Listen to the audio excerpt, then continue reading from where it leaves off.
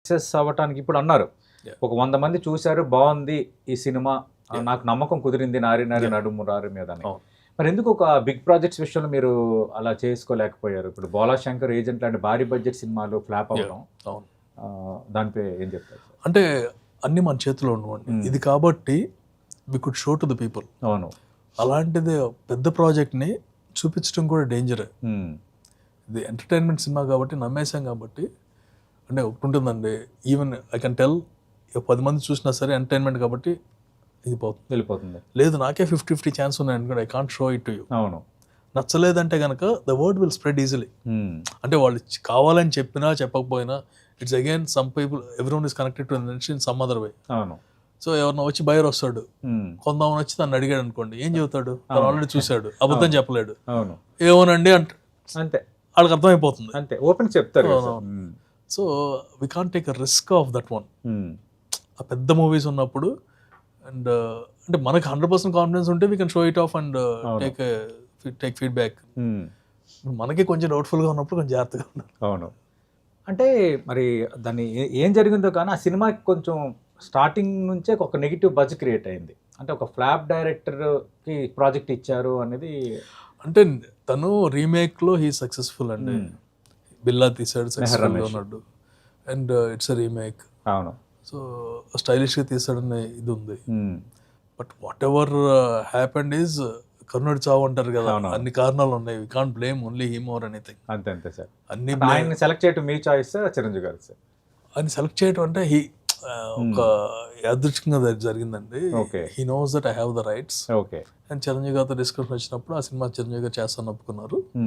Automatic Chiranjeevi గారు నాకు call చేస్తారు, ఇలా చేద్దాం అనుకున్నాను, మీకు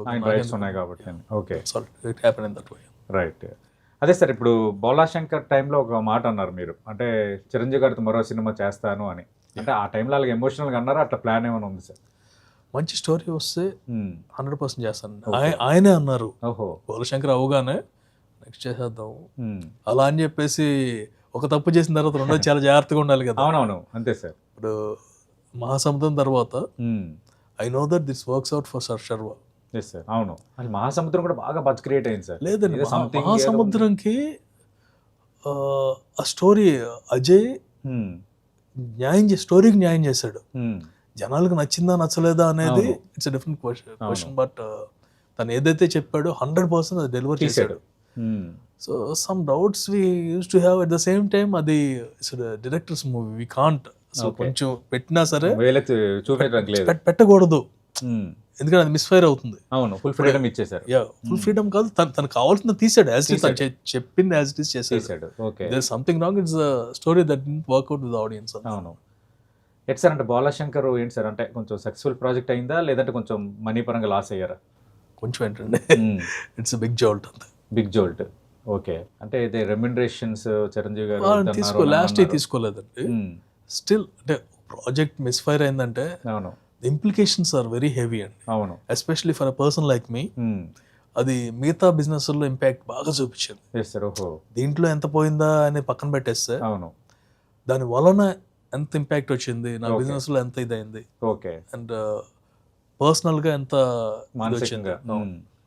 ఎందుకంటే మీరు అన్నట్టు అంతే, ఇప్పుడు మీరు ఇన్ని బిజినెస్లు ఉండేటప్పుడు ఆటోమేటిక్ ఎవరైనా రొటేషన్ నడుస్తుంటుంది, ఇక్కడ అక్కడ ఇక్కడ చేసుకుంటే ఒక్కసారి ఎక్కడైనా ఒక బ్రేక్ వచ్చేటప్పుడు అది కొంచెం మనం ఒక కన్ఫ్యూజ్ క్రియేట్ అవుతాం. And perception of the people అండి. అవును, ఇప్పుడు ఏంటంటే this guy got a flop and ఈ డబ్బులన్నీ పోతాయి కదా, వీటి దాంట్లో ఎందుకు ఇన్వెస్ట్ చేయాలి.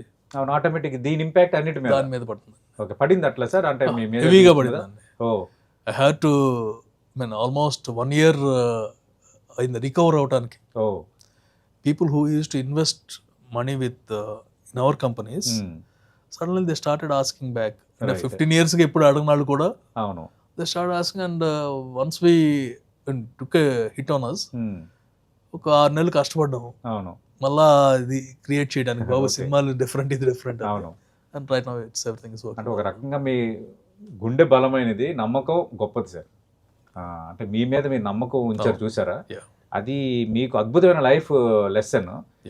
మీరు అన్నారు కదా, అంటే నేను క్విట్ అయ్యి ఇలా నేను ఎగ్జాంపుల్ ఉండకూడదు అనుకున్నానని, కానీ నేను ఈరోజు అంటున్నాను మిమ్మల్ని, కష్టాలు ఎదురైన వాడు కొంత ఎత్తు ఫలాలు చూసిన వ్యక్తి మిమ్మల్ని ఇన్స్పెక్ట్ తీసుకోవాలి. Yeah. ఎందుకంటే ఇంత జోల్స్ తర్వాత కూడా లేదు నేను చేస్తాను, Oh. నేను నిరూపించుకుంటాను అనడానికి ఈ విషయంలో మీకైతే హ్యాట్స్ ఆఫ్ సార్.